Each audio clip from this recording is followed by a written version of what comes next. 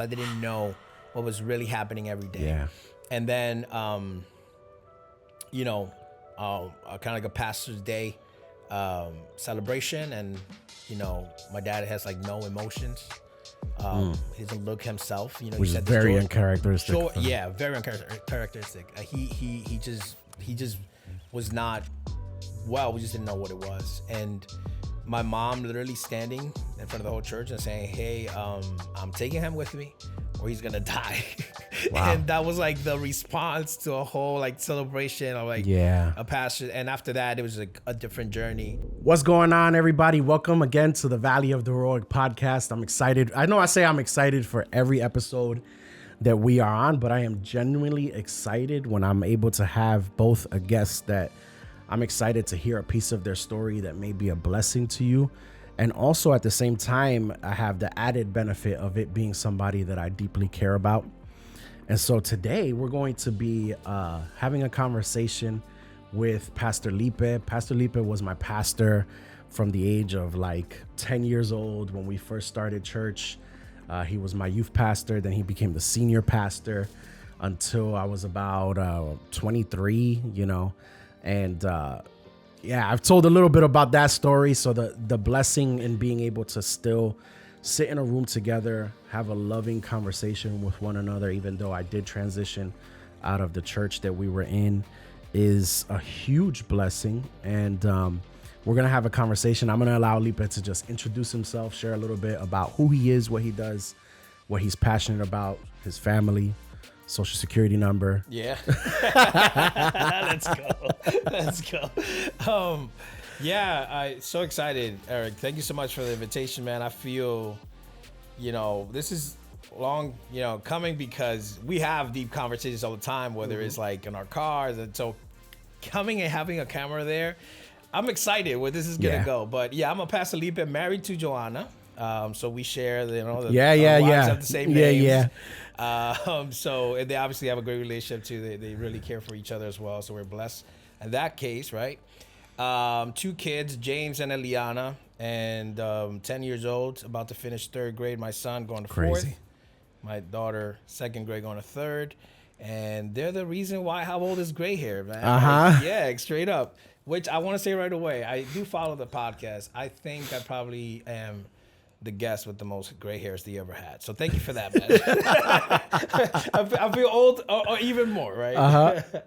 Thank you for that, man. But that's me a little bit. Yeah. And so right now you are the pastor of Liberty Church in Jersey City. Yeah, exactly. So we're planting a church. Like you said, we, had the privilege of pastoring you and a group of amazing people from, this area in Elizabeth and other places. But I'm pastoring Jersey City, and in October, November, transitioned out of the church, mainly Spanish speaking. And now we're doing a English speaking multicultural church called Liberty Church. And it's been a ride, man. We're just, started 2024, meeting at a coffee shop, doing the work from the ground up. Mm-hmm. You've been, real Book of Acts style. Just straight up, especially now, with the apostles and lattes and all that, coffee shop experience. But it's been great, and definitely we'll love to continue to share more about it. But right now, just learning every week, really just focusing and building this brand new community where people from different walks and cultures could come together. So we're excited for that as well. Yeah, what's interesting is that being able to see you step into this new season of what God is doing in your life is a privilege. It's an honor, because, I've seen almost your whole journey as a pastor, when you were just... You were a kid. You were a kid. I was a kid and you were a kid. You were a kid pastoring kids, right? And it's like, it's weird, because I remember growing up as, a cell group teacher, right? And they were literally my age. And they were brutal in the judgment when I would mess up, right? And throughout most of my life, I don't think I was brutal, but I definitely did see you, maybe not on a pedestal, but my mind had you like if you were like 15 years older than me. And I remember, bro, I'm telling you, it was after I left. So I'm a grown man at this point. I was like, yo, Lipe wasn't that he wasn't that much older than me. You know what I'm saying? And so there comes in a lot of grace for me. And Thank you, man. Even with seeing that, right? I always felt like one thing that I just genuinely enjoyed from when you were a kid pastoring kids, a young adult pastoring the mother church, right? Which is a big deal and is extremely difficult to do. And just seeing throughout your whole journey, one thing I always knew was that you were always enthusiastic. Enthusiasm is like huge for you, right? Where it's like if I'm in a bad mood, you know I'm in a bad mood. Yeah. You would know. You'd be like, Eric, what's going on? Like, I would come in on a Sunday, and especially like if I wasn't preaching or something, and I was in a bad mood about something silly, Your haircut. You'd be like, Eric, ¿qué pasa? Like, and sometimes I would know that you were going through a difficult time. But your enthusiasm for ministry, especially for people, for serving people, for leading other people to serve people, has always been there. Cool, man. And so I think that anybody watching this who has been able to experience your leadership or experience you as a pastor will benefit from being able to see the other side of the coin, because maybe they've only seen the enthusiasm. Yeah, for sure. So I'm really excited. I'm really excited to hear you share some of the things that you have been through, maybe as a man, as a pastor, as a husband, as a father, all of those things, whatever we get into, and people being able to see God's grace shining through your life through that enthusiasm. So that's what I'm excited for today. And with that, just kind of take it away, whichever direction you want to go. Let me tell you right away. I feel that thank you for sharing that, man, because one of the things that, again, I appreciate about you is also, you always mature beyond your years, and you've shared a lot in the podcast, and I'm pretty sure there's even more to share, right? Like a lot of things you were just thrown into, but you were just always very responsible, and then that I think one of the reasons why we clicked working together is because we took it seriously. We were young, but we knew like this is God's work. Yeah, I've always taken ministry way more seriously than now I take it less seriously, because I'm like, I was very intense. You've matured, I think you're mature, and you've seen, like, I think when we realized, because one of the things I want to just throw out there right away is that it could be misunderstood as like, oh, you fake it till you make it. Oh, people was always enthusiastic, and I was genuinely like, I would have never put it that way. So thank you for sharing that. But I would just say it was always like, it was genuine. Every time you get to be in a place where, church was all my life. Yeah. Church was life for me all the time. So even in the times that it was hard, whether it was a family situation we're going through or whatever, personal, it was definitely a safe space. It was a place of feeling encouraged, and you could definitely try to fake it till you make it, but I think it's finding joy right away and try to find meaning. It's what overpowers whatever it may be going through. That's the way I see it, at least in general, just to put it out there as we go into and dissect this a little more. Yeah, you know what it makes me think of? There's like this saying that I've heard that was really impactful for me. It says, like anything that we feel there is an obligation, right? We have to go to work, or even something as small as like, I have to wash the dishes. Right. Reframing has become is becoming more and more of a bigger thing for me. Okay. Especially for my mental health and all of those things, and reframing that to not saying I have to go to work, or I have to wash the dishes, or I have to pick up the kids' toys at the end of the day after I'm tired and I didn't even get any me time. It's no, I get to go to work. Yeah. I get to do the dishes. Yeah. I have dishes to do that fed my children, right? Yeah. I get to pick up toys that my children played with throughout the whole day. And I feel like that's what you embodied. It wasn't fake it till you make it. It was, I get to do ministry. Yeah, and I think, for me, growing up in a pastoral family, so just real quick, for people who may not know us, because you know me very well, is that, I was born in a household where my father was the pastor, but I always highlight the fact that he was a first generation convert. So he converted to Christianity, and my mom and the whole family, and it became the whole family really getting into this. And there's a lot of great things when you give your life to God, but at the same time, when somebody converts to anything, it's intense. Yeah. You know, like when fat people lose weight, Uh-huh. they're the worst, like, people to help other fat people because they're like, I went through this, blah, blah, blah, right? Or like it's straight up. Like, you know, Yeah, a yeah. lot of people, ex-drug addicts, sometimes they're very helpful, sometimes because they want to kind of prescribe their own experience to other addicts that are going through it. It's not so helpful. Yeah. So we were very radical. You know, the family was very radical in the way that we went and approached Christianity, which it was great and it worked and it was helpful at a season. But I'll be honest with you, maybe compared to other PKs or pastors' kids or ministers' kids, we always had a great experience, you know, and I'm thankful that my father, as much as he could, he brought who he was in the pulpit to the house, right? Yeah. Like it was not, his relationship with God was real. So I would definitely choose that. I would choose a radical person over a fake person, right? Or a hypocrite, right? Although we all hypocrites and we still fall short, but at least not intentional. Yeah. I feel as people intentional, they just don't care and they use the church. And I hear all the hurts that people have with the church.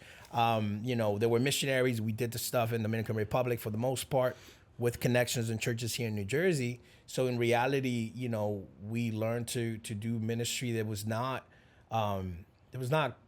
glamorous. It was really serving people that were in the margins, people that were poor, that were most of them uneducated, or people that were first generation college students. Like everything was overall very much about serving people. And I fell in love with that. I fell in love with seeing, you know, my dad really bringing families and people that, this specific guy that he had AIDS, like in the early 90s or late 80s, dealing with people that had AIDS. It was not, it was something they didn't know about. A lot more taboo. Yeah, and then because they didn't know what was People going were on, afraid. they didn't understand the virus. You know, like that's the time like Magic Johnson, where like that happened. Like players didn't want to play with him, and my father would bring these people to the house and walk with them till the day that they passed, right? And seeing that loving without prejudice, that impacted me. You know, so that's something that I cherish. I thank God for that. Also racially, you know, I'm half Dominican, half Puerto Rican. Living in the Dominican Republic, Haiti and Dominican Republic, they have this tension because of the history. Yeah.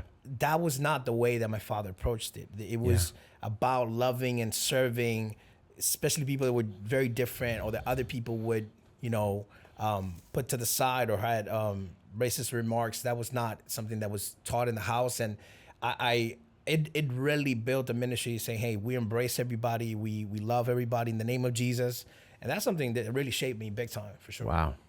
Yeah, I mean, being able to grow up with a father who's a pastor and is living the same life at home is like, it's huge. And I think that's the main differentiator that I've heard for people who are PKs and they're like, hey, like it I hear the horror stories, but that wasn't our experience because you didn't experience a father that was different on the pulpit than he was at home. You know, and your father's like a super just growing up, I would watch him and he was just a jovial man. Like you had to translate for Dominican Santa Claus. You know what I'm saying? Like he just loves life. He loves ministry. He loves people. For sure. And it's like, it's so genuine. Like you can't fake that. You can't, that's not like, if he would have came out and he was a charlatan, I would have been like, what? I can't trust anything, but that's something you can't fake.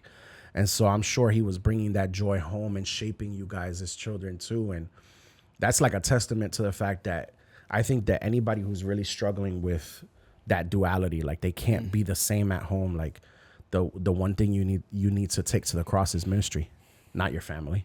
You can't kill off your family. You gotta kill off the ministry because that is more important. Yeah. And that's hard. That's hard to kind of come across it. I feel in a place or a generation where vocation is everything. Yeah. And identity is so attached to what we do. And at the end of the day, ministry or service, it is a profession as well, right? Yeah. So Yeah, I'm not saying it's easy. I'm just saying that, yeah, I agree 100% with you that that balance is still going to be hard. It's still going to be complicated. But I'm thankful that as best as, my family is able to do it, not just my dad, but also I had my uncle, right? That it was also, in ministry and doing. So it was a lot of different models, if you want to say, where, yeah, like trying to be authentic and being real.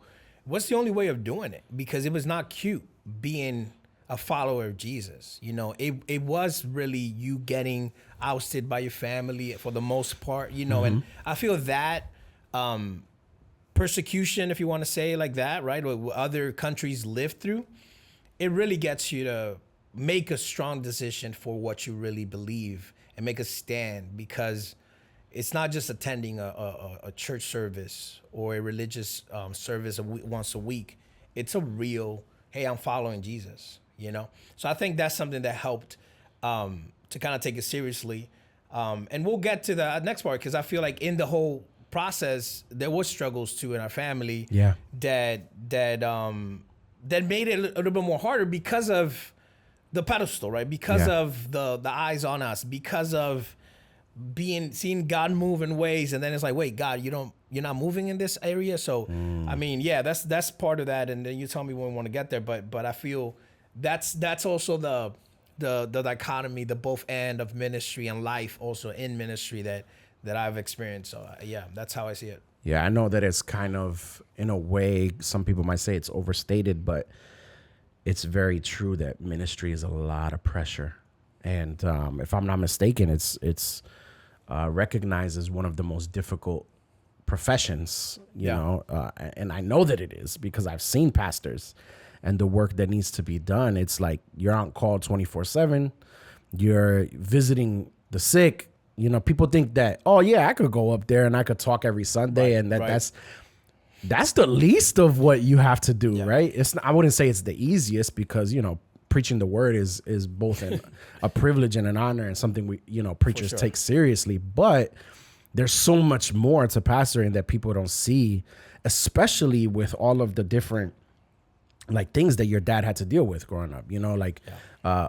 He's raising a family. He's a first generation convert. He's leading a ministry that is growing rapidly, right? That's like all over the world. How many churches does Fuente have now? I think right now it's about 6 countries and about 46 cities, and then it's like maybe 10 or 15 more in the works that is gonna open up.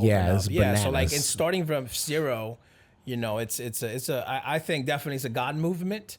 And I'm happy for it. I'm happy to be part of it, or have been part of it, and continue. It's a beautiful thing that God has done, for sure. It's a God thing. Yeah, sure. and seeing the fact that your dad at home and you as well, and throughout your seasons as a pastor, you have to deal with that pressure, and you have to manage that pressure, manage your spirituality, your relationship with God personally, your family. It's like those things don't become easier. Those things don't shut down. Like, you have to still do them. Sure. And so, I'm curious to just hear more about that other side that people don't get to see. Yeah, for sure. I mean, I think that one of the things that had been, Pastor Pete Scazzaro, he wrote a book on, emotionally healthy spirituality. And he talks about kind of us going, back to go forward and seeing our earthquake events. So every time I've been in spaces where I go back and kind of see my narrative of my life, I definitely feel that for us as a household, when I'm recently married, I'm about to be 16 years married this summer. Wow. Props to my wife for congratulations. Sticking up. Yep, sticking up with me and holding it down. But very recent after I got married, I remember, straight up, seeing my dad different, just different. Like he just didn't have a lot of words, and something was going on, but I was already out of the house. So I didn't know what was really happening every day. Yeah. And then, kind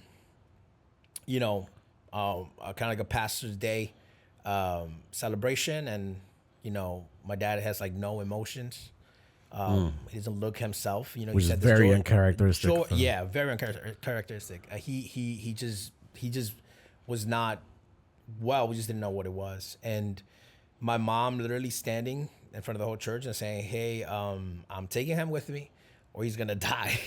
Wow. And that was like the response to a whole like celebration of like a pastor. And after that, it was like a different journey. So talking about my mom saying, Right. "Hey, we got to take this guy, and I have to, take him from ministry." I guess that's what she meant. It was like a cry for help that she just didn't know who to turn to. And it so happened that my dad had been in a depressive state, which wound up being a clinical depression state where he couldn't sleep, he wasn't eating, he just had no emotion. And then it really moved me and my dad to a place of connection that we never had before.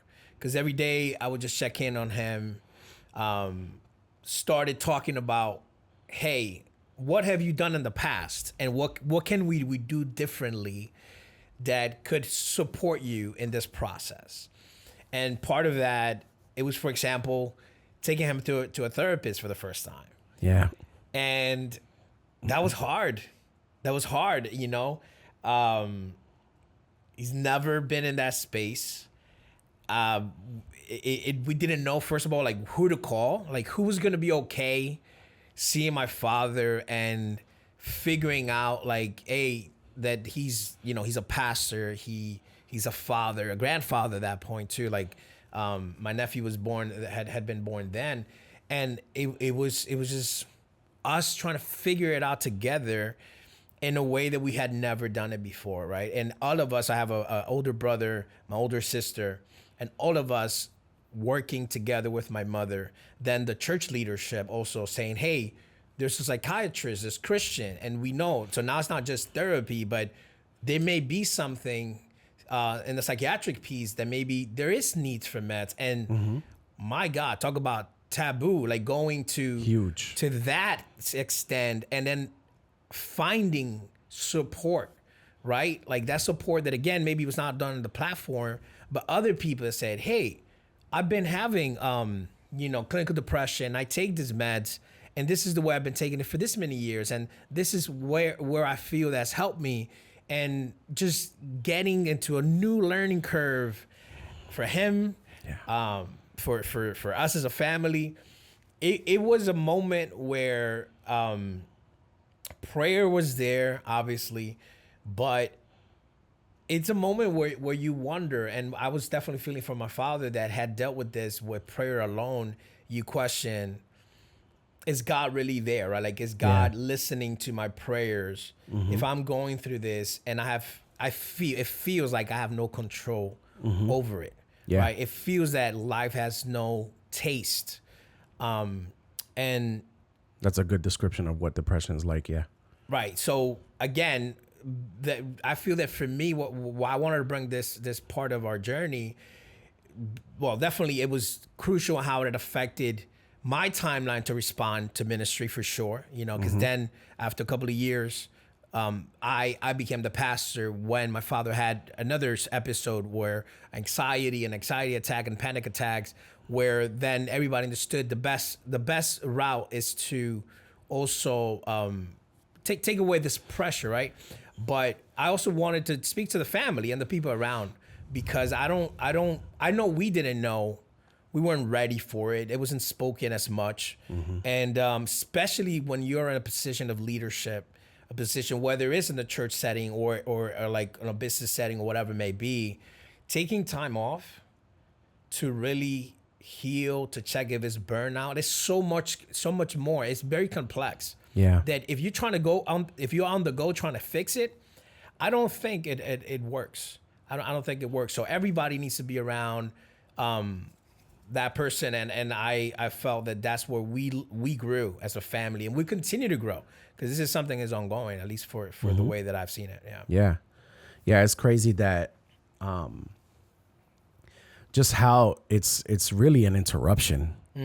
Sometimes I think that there's things that we're going through where we think God, why are you allowing this to happen to me? God, are you not hearing my prayers? There's somebody really close to me. I feel like she would be okay with me saying this, but my mom was saying to me recently that she feels disconnected from God. She feels somewhat upset because she's like, I feel like I don't even know how to pray anymore, because she felt like certain things that were happening were an indication that he didn't hear her prayers. And I think that that's the natural human reaction for us to feel like, oh, this is happening, and then correlate that with God's response. Right. When really, I think what it is that it's God allowing an interruption in our life for a specific purpose. Interesting. Sometimes we need to slow down. Sometimes we need to stop. Sometimes he needs to change something. Sometimes it's just to glorify himself in you, right? To allow this thing to happen and to glorify himself and lifting you back up. And, the benefit of hindsight is us knowing like, oh, okay, I see what you did. Yeah. But while you're going through it, it doesn't feel like an interruption. Oh, it feels like, oh, you don't love me. You don't love me. You're not with me. You start to question everything. You start to wonder, maybe you seeing your dad like that, you started to wonder, and it's definitely a hard experience. And I'd love to hear more about that specifically, how it was an interruption for you guys as a family, how you guys navigated that, and more even about how it affected you personally. Yeah. Thank you for that. I that's exactly what I was thinking, that it's so much easier to see it, in hindsight. Like you see it, but when you're going through it, it's different. I think for me specifically, you rewrite the whole story.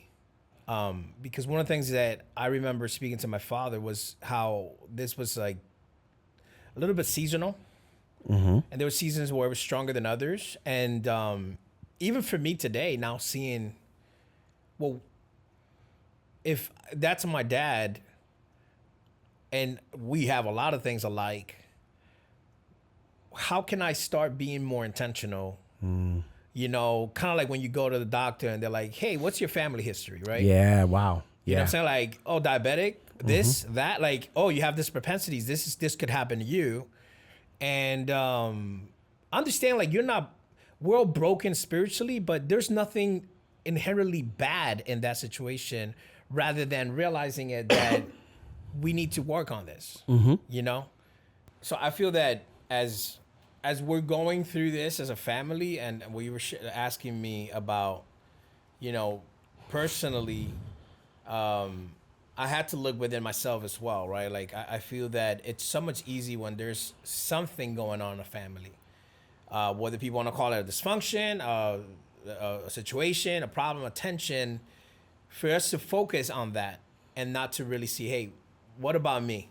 What are the things that I have to do, whether it's to prevent it, for myself, but also what can I do internally to not be an add-on to whatever's going on, whether it's in this case, with my father. But I feel that, for me, it was definitely a wake-up call that helped me be more aware.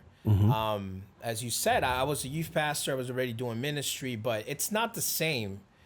And I knew where I felt God was calling me. I knew God was calling me to grow in leadership. I had a heart for that. I had really excited to serve, and just seeing how vulnerable we are, right? As people, like our mind, our emotions, everything that the Bible speaks. 1 Thessalonians chapter 5, verse 23 is like, keep your whole body, soul, spirit blameless for the coming of Christ. Wow. Keep everything blameless. It was something that I, when you're young, you got energy, and energy alone and enthusiasm alone takes you places, and charisma alone, and the gift of God alone could take you to places where you could be misguided and misled, that there's a lot of work, there's a lot of discipline, there's a lot of intentionality that needs to come, not just to make it, but to actually maintain through it. definitely the verse that comes in my head is like John 15, man. You know, like I definitely preached on this before, but I see that process, right? Like no fruit, having fruit, much fruit, and that whole process has an action that precedes it. So you have, no fruit needs to be cut, so that way you could start bringing fruit. And then if you bring in fruit, there has to be a cleansing that happens consistently of taking care of those character traits or just stuff that happens in our heart and that we carry just because we're living. And then I think like finally Jesus is like, hey, you have to remain in me because apart from me, you can't do nothing. Yeah. Again, that stuff is beautiful. It's hard to do it in the moments. How do you remain, as we were sharing, when you don't hear God or you don't see God operating the same way when you first fell in love with him, right? Or now you have this situation, whether it's in your own mental health or another family member or somebody in the church or a leadership failure, whatever it is that just takes you out. I feel that God is just really, really trying to be very specific. Like, hey, so before this happens to you, remain. This is the antidote before it happens. Continue to remain in me, because apart from me, you're gonna really have no chance of doing life, right? Like that's how I see it. I want to take the opportunity to present to you our Patreon page. The reason why I'm sharing it with you in this point is because it's a perfect time for us to talk about the different opportunities that you have to get more connected with the work that we're doing here on Valley of the Heroic. If you are seeking to grow in your faith, if you want to get closer to Jesus, if you want to get more of the different things that we are doing here, then you should definitely check out our Patreon page. On our Patreon page, we have access to exclusive content, exclusive live Q&As, exclusive behind the scenes content, all of this geared towards helping you to grow in your faith. For as little as $5 a month, you can commit to helping us to continue to grow, to reach more people with the content, the creative videos that we're creating for Jesus Christ, so that we can make this sustainable and continue to reach others. I pray that you would consider becoming a member. And either way, I'm glad that you are here and that you are part of our family. Let's get right back to the episode. I like how you said it's like when you go to the doctor and they ask you, what's your family history? It reminds me of so lately I've been going through a journey of like examining my childhood, but more so from the perspective of my internalization and my understanding of my parents' shortcomings, right? And it started with my dad. It's really funny because with my dad, we about a year and a half ago, I want to say, like a year and a half, 2 years, we had a falling out, right? And it was because we had a conversation. He didn't like what I said, and he responded a certain way, and it kind of just ended in this like mutual understanding where, like, we got beef.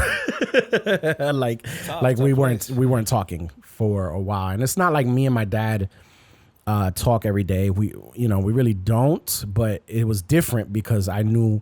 I thought in my mind, I don't know how it was for him, but in my mind, it's like, oh, there's a possibility I might not ever talk to my dad again because, my dad has a strong cutoff game. Let's just leave it at that, right? Okay. So I'm like, hey, I don't know if he'll do it to me, but it's a possibility. And so that led to a lot of a reckoning for me, and I was going through some stuff already leading up to that, and just kind of examining our relationship. And so it brings me to a therapy session I was having, and mind you, this is a Puerto Rican and Brazilian dude from Newark who I was seeing at the time with the insurance that I had. So this dude was real. He was a good therapist, right? I only did a few sessions with him just because of the insurance I was on. And but he's like, oh yeah, if you were my son and you would have said all that, I would have cursed you out. And I remember I was like, what? Yeah. And he was like, well, look at it this way. Your whole life, your dad has been giving you what he's giving you. Come on. And he's like, let's pretend that's a box. And not God, your dad keeps giving you what he has available to give you. And what you keep doing is you keep going in the box searching for something that's not there. Something that your dad is not able to give you. No. And he's like, so, yeah, you have this expectation that you're placing on your father that he's just not able to give. Now, and I was upset, right?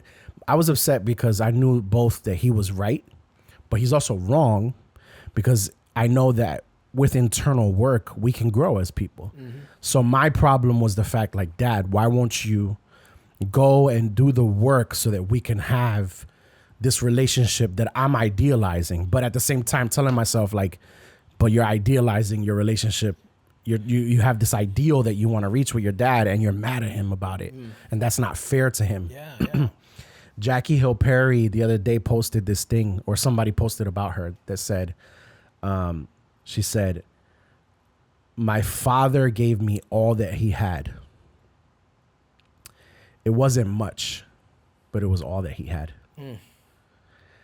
And that was like a 2-year chapter that closed for me. Wow. Seeing that and then reading that quote closed the chapter for me. And I asked myself, wow, my dad did give me, he is giving me what he has. And it's not enough for me, but he's still giving me all that he has. Yeah. And so last night, the other day now, I realized something about my relationship with my mom that that one I'm not ready to share yet, but it was something that I realized that was hard for me. It was difficult, and I still have to like bring to therapy and kind of pray about. And it made me think about my dad again. And like I said, I've been just kind of like thinking about those things. And we talked about, well, you said, what's your family history? I know when I look at my dad, none of this is officially diagnosed, but I look at my dad and I'm like, hey, there's a possibility he's dealing with depression here. And I look at my mom and I'm like, I know she's dealing with anxiety for sure. And she's probably dealing with some depression, and I want them to get help. It's hard, for a whole bunch of different reasons. And I also have to trust God. Yeah. So it brings me to this, which I think is a valuable thing to share. Yeah. Last night I was writing in my journal. The realization that I had with my mom, instead of it causing me spiraling downward, it emboldened me. And it filled me with this desire to be better, to be a better father, to not emulate the things that I see that I've carried on from my father and my mother. Because this is what I was writing in my journal last night, which is, I think, something that God gave to me personally, but I definitely want to share. He said, I'm writing and I'm talking about my experience, just like journaling that down.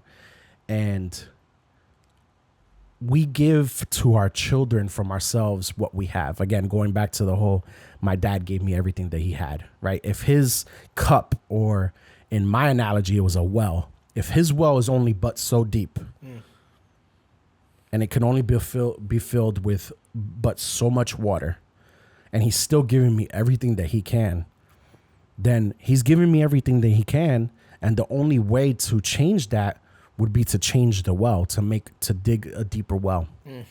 And I felt like God commissioned me to dig deeper wells, to build and to dig deeper wells within myself so that I have more to give my children. It's an intentional act. It's something where I have to look at the history. I have to look at what's there, because we inherit our wells from our parents. Yeah. And what most people do, I read the other day actually, and this was staggering to me. I don't know. I can't verify if this is a true statistic, but I heard the other day that only 1% of the population actually does the intentional soul work that it takes to grow drastically. Therapy, all the whole nine, you know, like digging that deep well. And I said, I want to be a part of that 1% for the sake of my children, for the sake of my wife, for God's sake as well, for his glory. And I think what most people do is we inherit the well of our parents, and naturally we do change certain things, but for the most part, there's a lot of similarity. It's why the kid whose father cheats on his mother, leading to a divorce, says, I'll never cheat on my wife, repeats the same mistakes. Yeah. It's why we have things like, hey, whether you believe in generational curses or not, right? It's like why we have these things that carry on generation to generation until somebody stops and says, I need to dig a deeper well here. Yeah, that's powerful.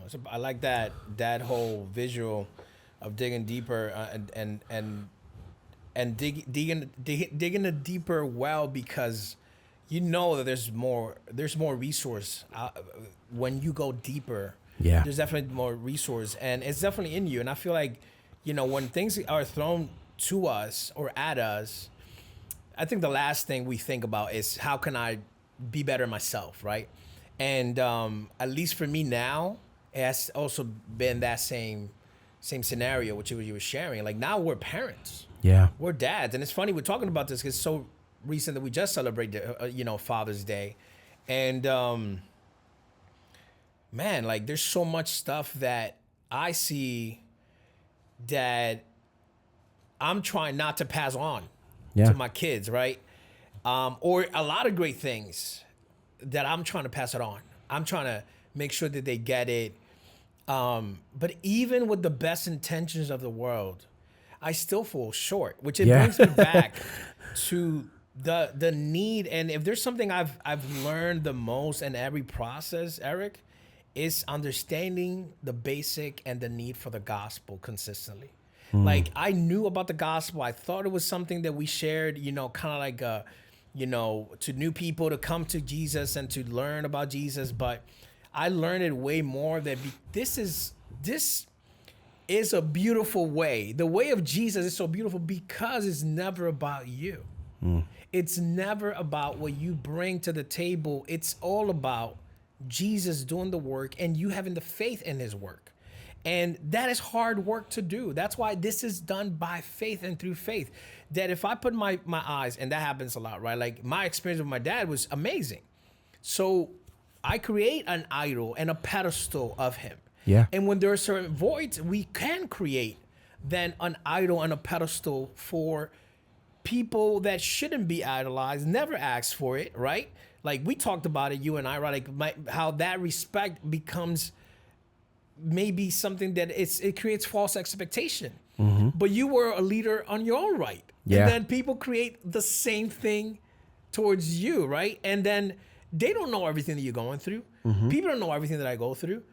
I didn't know everything that my dad was going through and what really led him there. There's way more to that. I would hope he could share it on his own terms. So just focusing on me, I realized that as a family, as a person, now I'm like, man, you know what? I thank God that my father was prophetic in a way to show me what I may have to go through or what I don't have to go through, because we still our own people. We still our own being. So I still see God's hand there of understanding something that I did remember. One thing that I love to share, because I asked my dad, and this is something I asked him to, if I could share it to other people. But one day after he was definitely better, back to eating, back to sleeping, back to being himself. After a while, we're going through this seasons where he may start feeling the similar way, but now the awareness is there, and he's like, I got to do this. I have to holistically approach this. I have to exercise. I have to go to my therapist, do these other things, right? And I remember, just asking him, it's like, hey, Dad, what have you learned in this process? He's like, if there's something I've learned, is grace. And to me, that was so powerful because I have felt the same way every time I put myself off my pedestal. Every time I see myself in the mirror, because we're the worst critics. We are our own worst critics, and we really don't tend to give enough encouragement and praise to ourselves. We don't tend to do that for the most part. There's a lot of people who could be prideful, but I'm saying for the most part, right? No, most people are going to struggle with that. We're very, very hard on ourselves. And I just remember hearing that. I'm like, man, that's exactly what this is about. And sharing it with one another, right? Like we have been in our relationship, not like in as friends, as just in life, you know. I think what has allowed us to continue to respect one another is that there's a good amount of shared grace. Yeah. Right. Like, hey, Eric's not perfect. Yeah. He's gonna make mistakes, but you're broken, but you're not always broken. You have a great, amazing things, and I'm gonna put some water in that well, right? Of encouragement. And the same thing for me, right? Like, it has been that where you're saying, I think Lipe may be going through this, and you're texting me. You're texting me words that bless me in a way that I'm like, dag, like how this, you straight up, I'm like, I see you as my kid, right? So I'm like, how this kid would know, right? Yeah. Right? And it's like those things where you realize, like, man, the people that are closest to you need to be the one to share the most grace to you. So it's hard as heck to do this, you know, for our parents, for parents to do it to their kids. Walking with so many teenagers, right? Like, you have walked to a lot of teenagers. We've been in youth ministry for a long time. Yeah. It's so hard for parents, right, to, you know, when their kids mess up, not to project and understand, like, hey, this kid is going through this. Right. He's your kid. Be empathetic. Show them grace first. Be a disciplinarian. Do what you got to do depending on what happened. But if there's one thing I would definitely say, you would never, if you have to err on the side of grace. Like, if you have to err, like, I'd rather err on the side of grace and let God take care of the rest, man. But this thing, life is complex. And I'm just so thankful to hear you say what I know. It's what has helped to other people that realize, hey, I didn't get this from my father. I didn't get this from my mother. I'm not getting this from XYZ. Usually people that you expect to receive. Continue to work on yourself. Continue to grow in God. Continue to grow in that. And that's gonna be an inspiration. And who knows, I don't know, I see it. I feel it from my own kids. Like, when they give me the hug, I don't need $1,000 from them. I just need their presence. I just need their assuring me and motivating me. That's enough for me, right? Yeah.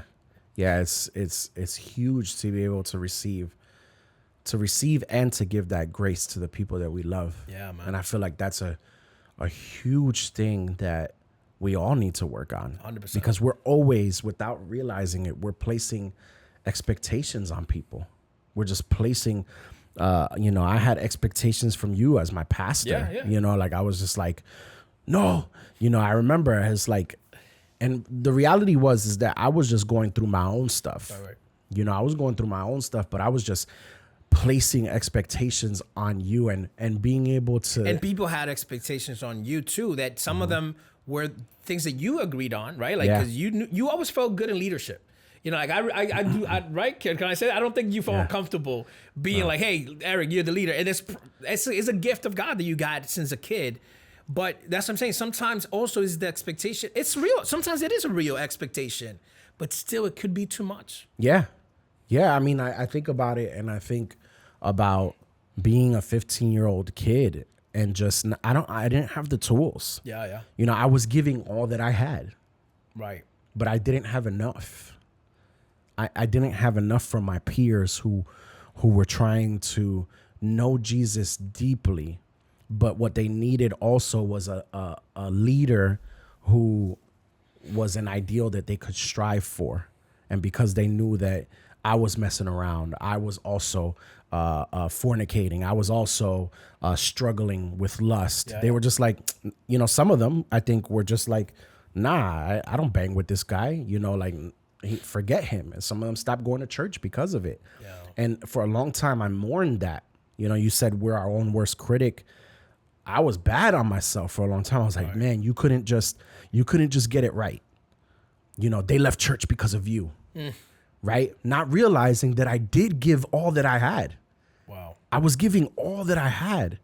And so we also need to be able to give that grace to ourselves. 100%. That's why, you know, 2 years removed from the depression, that's why I reached out to you and I was like, I love you. Yeah. I know you gave all that you had. I hold nothing against you. Yeah. Let's have dinner. Yeah. And, you know, it's not like we were hanging out every weekend after that, but, you know, we were having dinner maybe once or twice a year. You know, we were able to see each other, you know, like, and I have seen, I think it's funny because I think I'm an outlier of all the people who, I know you're not at Fuente no more, but a lot of the people who left Fuente, right? Yeah. Either with you or your dad or Ignacio or I don't know, whoever was their direct pastor. What I saw instead of grace for them, even with time removed, was I saw a lot of pain. Some of that, sometimes that pain turned into bitterness. Sometimes that pain turned into atheism. Yeah, and you said it, man. When you give yourself grace, then you're able to give it. You said you gave yourself grace. Mm-hmm. And I felt, I just didn't want to miss that part because, yeah, we just going so many places with this. And I just going to say, man, like, that was powerful. And I'm hearing you say that. I knew something had to be done internally that will spark up, you know, a dominant effect. Now it blesses everybody around you. Everybody around you, you know, because there's no way to do this without Jesus. Yeah. And what I love is that when you go back to reality, like this is the only way that shares a gospel of grace, of really understanding that we all fall short, that at the end of the day, we're going to need a savior, and that savior is complete in Jesus Christ. And man, bro, I could definitely attest to that. I could attest to the beauty of really having not like when you go through a desert, which I felt you've gone through it, I've gone through it, different people go through it. You know, your mind is clouded. You don't know what's really going on. And one of the things that I appreciated is that I felt that when we reconnected, it's like there was a conversation we left on pause. Yeah, like years ago. Like right, it was really, bro. Like yeah.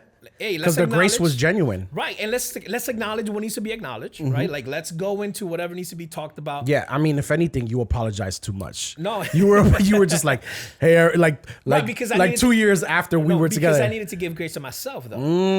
Wow, right? Wow. Right, I needed to give grace to myself because you said it, right? You heard the exact same thing. Because remember, you're leading people. I'm leading people. If there's something that I felt very comfortable with you, is because we knew, like, in that level, we weren't the same age. Yeah. We weren't the same experience or maturity mm-hmm. or setting, right? Like, you said it, you grew up with mom, you know, there's the realities are different, mm-hmm. but the feelings could be similar. And I feel that in this whole process, you know, you know the script, but when the lights go on and now you got to do action, and you know, there's still a lot of things that the one may struggle with. And I feel that receiving grace, right? It's the process of God so loved the world that he gave his only begotten son. Whoever believes in him shall not perish but have eternal life. Beautiful. That sounds so great for somebody that steps into church for the first time or steps to a place of faith for the first time. The reality of consistently believing that, so God so loved me that he gave the whole world, like for me, it's the part that has to be consistently there, because I messed up yesterday. Because I messed up then, because I'm like, oh, wait, maybe I am the problem. Maybe if I would have done X, Y, Z, or if I would have really done. And then, come on, let's be honest, Eric. Sometimes it's not just our own voices. We hate those external voices that sound very similar to our internal voices. And we get it. You know, hey, why are you doing this podcast? Why are you doing this other thing? Yeah. Why aren't you doing X, Y, Z? And then it creates a problem within us where I'm telling you, man, like it's not just you. It was so many other people. And then this whole process of saying, hey, man, again, I would rather, and this I would say for the other people, right? Like if you're a father, right, and now you're trying to make amends, and I speak this about a lot of times because I feel we need to learn how to make amends, right? Like we need to learn how to go back and realize, like, hey, there's a teaching here. There's a teaching that Jesus leaves us in the Gospels that we need to do it, and I rather err on the side of like what you told me, bro. You don't need to apologize anymore. Like it was not only this, like there was this other things. Rather than not say nothing, and then the person that you hurt or the person that was hurt, because that's another thing. Take responsibility. You know how many times, Eric, I had to stand and like really, and I want to do it one more time. I don't care. It's literally standing for other leadership, other pastors that really messed up. I find myself apologizing for things that I never done in my ministry. I never stolen money. I've never took advantage of people. But I see it all the time happening in people putting trust and spiritual leadership, that messing up. And I'm always saying, hey, I'm apologizing. I don't feel you could ever apologize enough, because at the end of the day, you just don't know what that person is going through, how deep the hurt is, whether it was caused by you or not. Yeah. There's just, again, it's a way of showing grace. It's a way of showing empathy. It's a way of not knocking somebody down even more. Like you felt a depression. You were in this place. My father was in that place, right? Like the places where it just feels dark. Someday, once you are outside of that, I know you remember the people that were true to you in that moment. The people that showed grace in that process, instead of the people that were just like, hey man, you're done. I can't believe this is happening and blah, blah, blah. And thank God for our wives. Can we give it up, man? Because like our wives, bro, like my mom, you know, like our spouses, I remember going back to my mom many times, like, hey, what's going on? And she's like, listen, for better, for worse, in sickness and in health. She just said that again and again. And I give her props because I'm like, that's a teaching that I feel we need to know and remember. And I also know that in our relationship, we need to know and remember this is about consistently. And we talked about this is hard, but it's important that we give grace to one another consistently. Yeah. Grace is like it's a well that you have to consistently draw from every single day for yourself, for others. 100%. Like if there's anything I'm getting from this conversation is just how necessary grace is to be able to live well even. And grace is radical. You know what I'm saying? Because the natural response is for us to spiral downwards, to hate ourselves, to be self-critical. The natural response to another person is for us to judge them, to point the 100%. Finger, to be like, oh, you didn't do what you were supposed to do, or you abused me, or you did whatever the case may be. And to give grace is that counter natural moment of what you would naturally do. Yeah. You know, 100%. You're choosing to give grace. And it is such a freeing thing, both for you and for the other person. Yeah.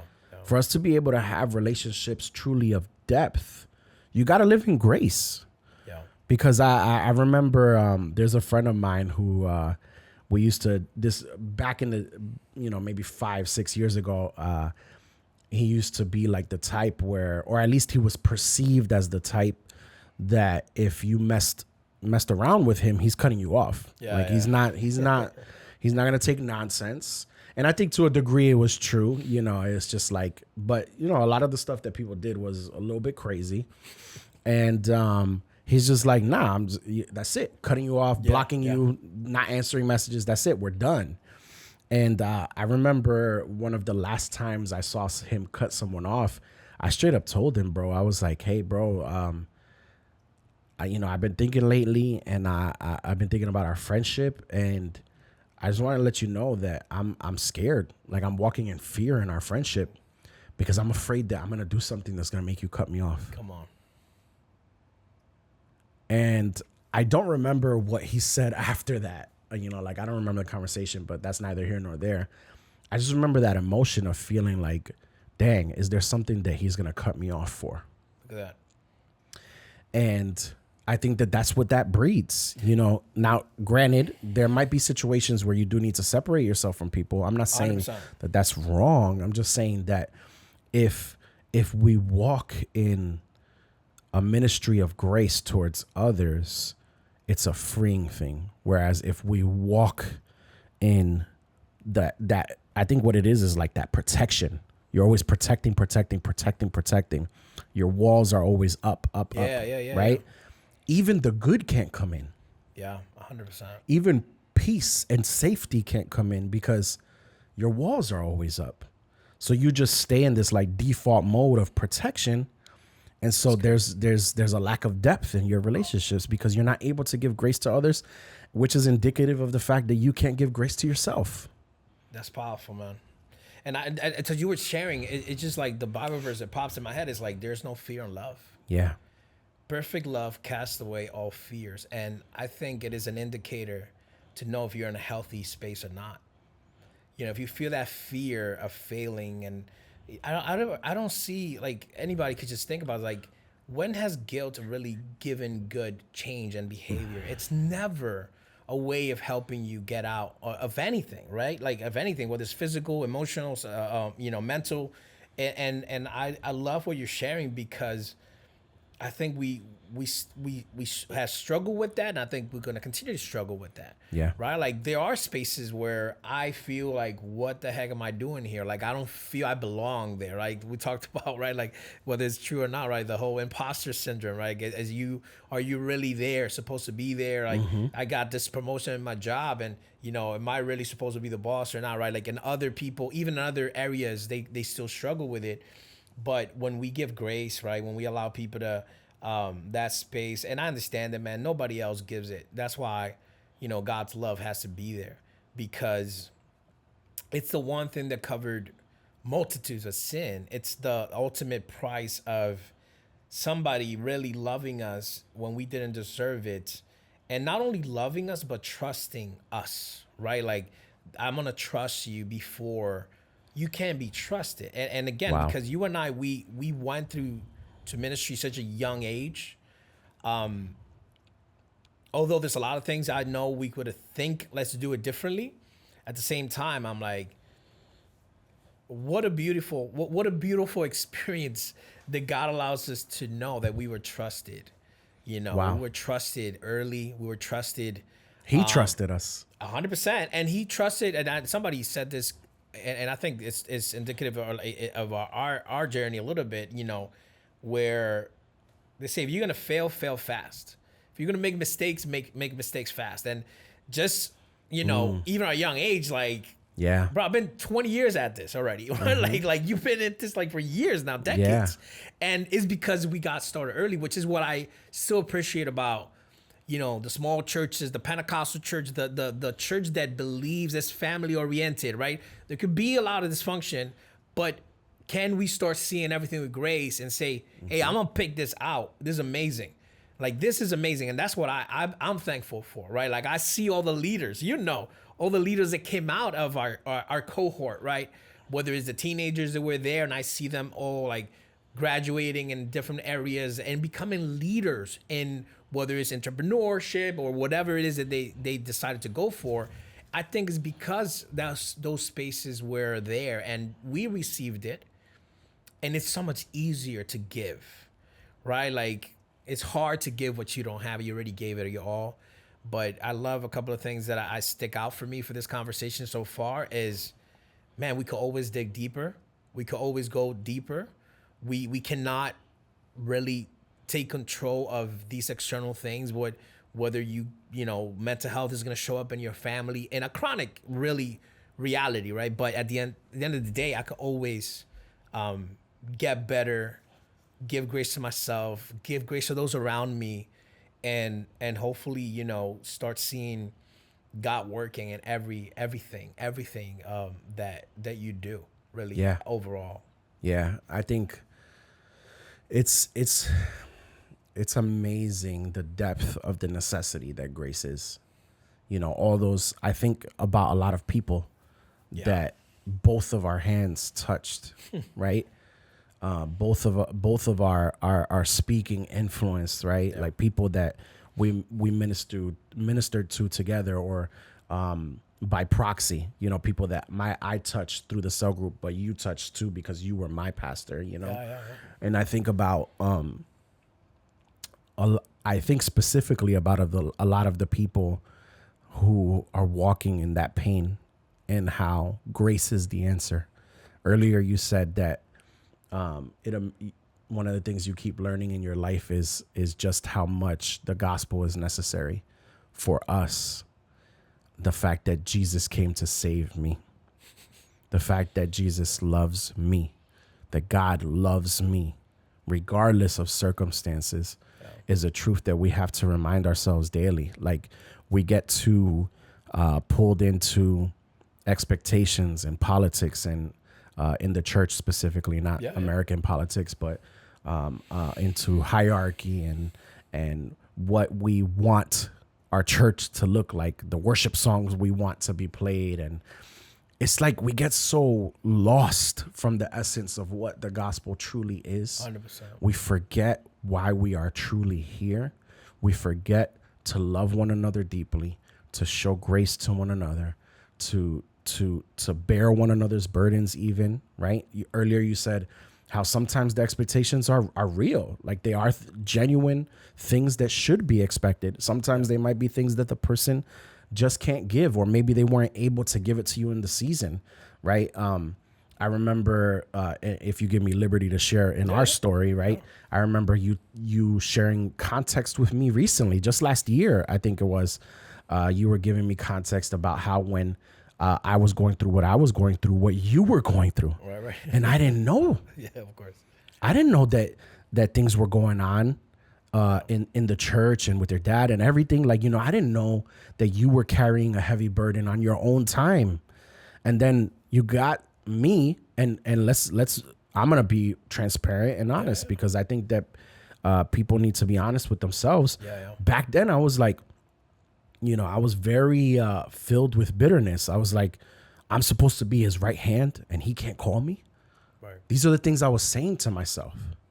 What did that serve me, Lipe? Whether I'm right or wrong, who cares? How did that serve me? How did that bitterness, that mentality of thinking like, I'm supposed to be one of his main leaders, and he can't call me, or he can't do this, he can't do that, and then being upset with you about it. How did that help me? Right. It didn't. It just led me further into anger, further into despair, further into the depression, right? It just gave me more reason to live where the devil wanted me to live during that time.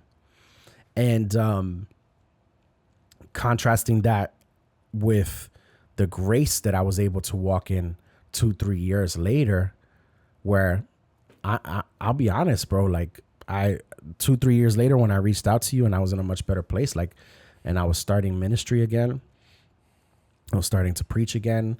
And like, I wouldn't have started preaching if I still was upset with you. Yeah. You know how seriously I take those things. I wouldn't have been stepping into that without that. And like, I genuinely see you and saw you at that time, and I was like, I'm good. Like, we're good. Yeah. And that's what I point to when I say there's such a freedom and grace. 100%. When you're able to truly see how God sees you fully. Right? Yeah. Isn't it Tim Keller that said, everybody that I know that quotes this quote always butchers it because it's very wordy. About the gospel? About like we're more sinful than what we think, but but grace is so much greater, something like that. No, not that one. Not that one. There's so many, great Tim Keller quotes, obviously, but I got you. I'm gonna find it quick. I know a piece of it. So. Yeah. Okay, here we go. To be loved but not known is comforting but superficial. To be known and not loved is our greatest fear. That's scary. Like, thinking about it is like, if they know everything about you and then they choose to not love you, that's scary. But to be fully known and truly loved is, a lot like being loved by God. It is what we need more than anything. It liberates us from pretense, humbles us out of our self-righteousness, and fortifies us for any difficulty life can throw at us. Powerful. It's like once you're able to encounter that, why are you going to hold something against anybody? Because you know that you live by grace. Yeah. You need that grace yourself so deeply. I know I have failed people. I know that there were people that they really needed me and I didn't show up for them. And I know that maybe some of them probably still carry it. And I can't do anything about that. Right. I know I carried it myself for a long time. Yeah. I carried that indignation towards myself, that anger at myself even for so long. And I had to get to a place where I could say to myself, it's okay. Yeah. You gave everything you had. Like even now, I'm still learning that. I'm still learning that now. And that's hard, because when you're walking as a pastor like you are, Lipe, I know that there's a lot of expectations that people are just constantly throwing at you. And it's so unrealistic. Right. Because imagine if you lived according to expectations of everybody. Right. You won't be able to live. No, you would probably spontaneously combust and like cease to exist because it's impossible. You just can't.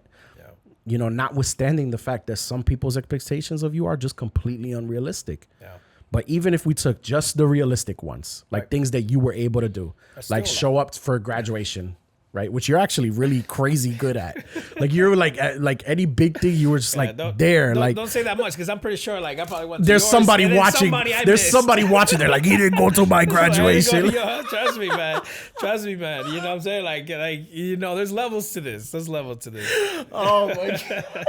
So like if there really is somebody, I'm not laughing at you. I'm laughing just like at the No, that's what I'm saying. Like that's why I always feel like everybody can learn about when you give grace to yourself and owning up to the part that, hey, I could always,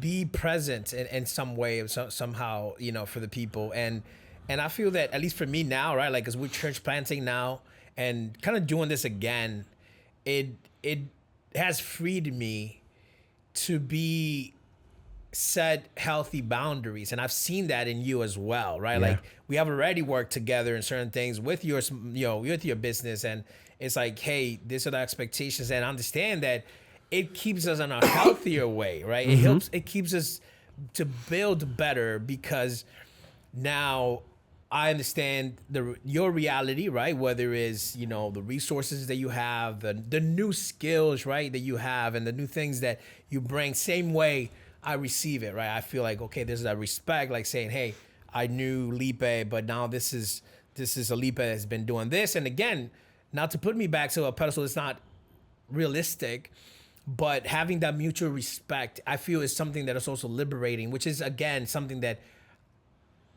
kind of going back to where I started, I was able to continue to always keep with my father and keep with the people that I feel that I want to continue to learn from and love on them. And that's also sharing grace, especially when you have somebody else. It doesn't mean you have to go back and necessarily work the same way. Yeah. But, from today, what is the new Lipe and Eric gonna look like, right? Mm-hmm. Like we're no longer, you're not in high school, I'm not in college anymore. So what do we do now as fathers, as a influencer, as a pastor, and this new season, like loving and seeing like, hey, this new season, like I can't clothe myself, I can't wear the same stuff in the winter and the summer. Like I have to think about what's the new thing. All those are the same. Like I'm still in the same spot. I'm still in Jersey. I'm still doing the same stuff. And then I feel like that's also another way that people get hung up, right? With, well, this is what was happening. I'm never going to really trust again. I'm never really going to love on this. I'm never going to give grace. Again, nobody says it maybe that way. Yeah. But the way that you act on it, it's like, yeah, but no, right? And when we can recognize deep work, support, I think is a beautiful thing. So I'm really thankful and excited to see your growth, to see what God is doing in you. I'm thankful and excited for what I had to do, right? Because I have my therapist. Like I have to check myself, right? Like how is my physical health, right? And what are the things that I gotta also check, and what is also other things in my family history that as you mature, right? Like even the Bible says how Jesus was like, hey, I'm going to share these to you now because you're my friends. There's going to be things that you don't understand, but as we grow, as now we become parents, I realize stuff that I go back to my dad. I was like, hey, man, how was this done? How did you take it to Disney with like a missionary salary in the Dominican Republic? Yeah. And I can't take my kids to Disney for one day. Like this stuff is so expensive. Well, right? inflation is also wild for us. Inflation is wild, but it still was a lot of money. And then it's like, right, like for sure. My mom mom took me to Disney too. I'm like, how did she do that? How does yeah, like how? Right, but this is the stuff when you realize like, okay, as we keep going forward, if we maintain that posture of grace, posture of learning, posture of going back and like, hey, maybe we need to rewrite some stuff. We need to go back to the narrative, right? There's the truth, like there's your view, my view, the truth, right? And everybody could learn from this. Like with my father, there's stuff that he needs to work on. I can't really walk for him, but at the same time, it's like admiring one another and supporting one another and loving one another in a way that is freeing, man. Like I'm just thankful so much for what God has done up to this point. So yeah, man, that's how I see it. Yeah, if there's one big thing I could take away is like, we have only two hands, and if we could just carry in our hands both that grace for others and for ourselves, while using the other hand to dig a deeper well. Come on, you was good at this stuff, bro. Come on. It's just the takeaway that I'm getting. Like it's like it's both and. It's not one or the other, right? You know, like if you, I'm sure you. I mean, you told me that from what happened between us, you learned a lot. Oh yeah. It made you a better pastor, for sure. Right? For sure. What I failed in as a small group leader, now I've learned so much from that. Even in non-Christian things, like what the failures I had at building future leaders, as a coordinator there, I learned so much about being a better person. And a lot of people, they just don't do that. They don't look for the lessons. They don't dig. Right. But also other people don't hold the grace. They dig too much. They dig in a really irrational and angry way where you start to pull up roots that need to stay. You know what I'm saying? And so if we could do both, if we could hold that grace for others, hold that grace for ourselves, the people we had expectations from that weren't able to meet them, our parents, our pastors, our leaders, our teachers. Yeah, like our teachers, bro. Again, a lot of these people are giving everything that they have. That's such a freeing thing to me. Granted, there are people who are abusive. There are people who are conniving. They are there to take. You know, they're abusive people. But then there's a lot of people that are just giving all that they got. Yeah, it's not enough, but they're giving all that they got. Can you have grace for them? Yeah. Can you have grace for the pastor that hurts you? Depending on how they hurt you. Right? There's some crazy stuff happening in the church world now too that I'm just like 100%. I think that's about the church needs to do a better job, but that's a whole other podcast episode. Exactly. But like, you know, Let's keep it positive. Right. If you are mad at your pastor still from 15 years ago, that church that you left, and it's because, you know, he didn't visit you in your house enough, like, I think that's something that you can take to the cross. Yeah. You know, if you can hold both that grace and dig a deeper well for yourself, bro, because there's a lot of people that have expectations on you that you have failed them. And you could have met that expectation. Some of them are things like, when I think about my wife, there are expectations that she has from me that God's like, yo, fam, you need to do this. Take out the trash, bro. Yeah. No, seriously. Shout out to my boy, Pastor Juan. Like, he's this guy that he's in our denomination. And one day I called him and I'm like, low key, I'm complaining about Joe and some stuff. And I'm just like, man, how do I deal with this? And he's like, you clean. Like, you go and you clean. And I'm like, man, you know what, you're right. And what did I do after that? I started to clean. It's the love language right there. Yeah, like I started to clean. Like I'm like, at the end of the day, I'm tired. Right. She's tired. But I'm leaving her to do the cleaning by herself. And my excuse is that I'm tired. And what she says is if we do it together, it's faster.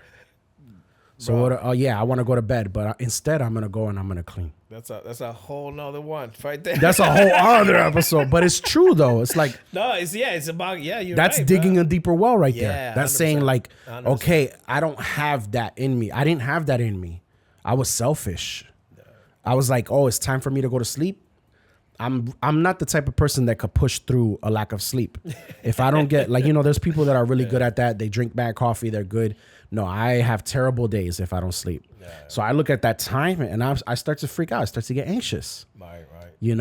And I'm like, I don't have it in me. Okay, so I got to figure it out. I got to be more intentional about my day. I got to move things around, right? We have to there's things we have to figure out. That's digging. Yeah. That therapy is going to digging. Is digging. Having those hard conversations with people is digging. We have to be willing to do those things. Yeah. So I hope that that's something that everybody listening could take away today. Man. And I hope this could be useful, man. I hope that this one thing that we've been preaching a lot to the church that I read in a book about mentoring, and and I hope even this conversation for those of you that actually know both of us could continue to be a hope for people to realize hey. Some relationships we have to mourn it when they die, but others could revive and really have a brand new meaning. And we always talked about having safe people, safe places, and safe times. Safe people, safe places, safe times. And these three things have been super helpful to me because I tell anybody and everybody, if we have those three things, you could tell me anything.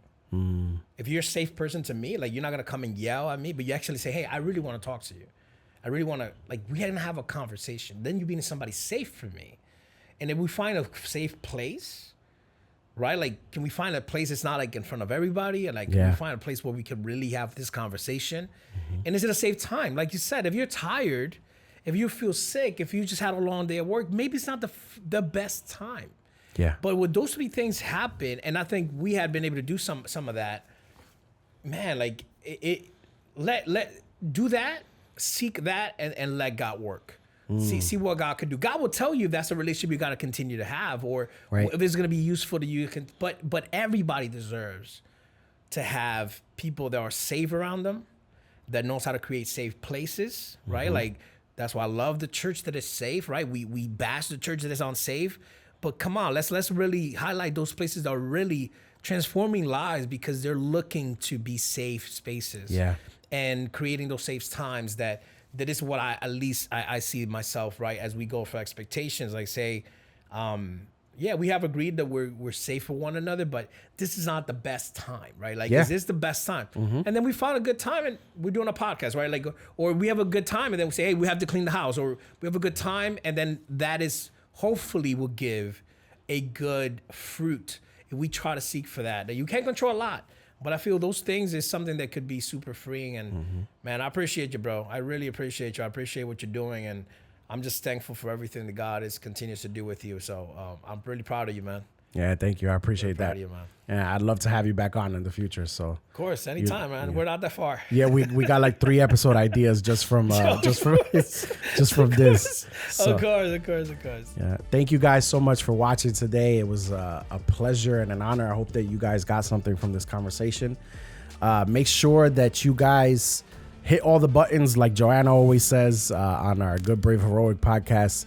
She says, make sure you hit all the buttons. It's one of my favorite things. Is hit that like button, hit subscribe, hit share to somebody, because it helps this content to reach other people. Down in the description below, you'll be able to see some of Lipe's contact information, his Instagram, for any of you who want to connect with him. And yeah, God bless you guys. Have an amazing week. Peace.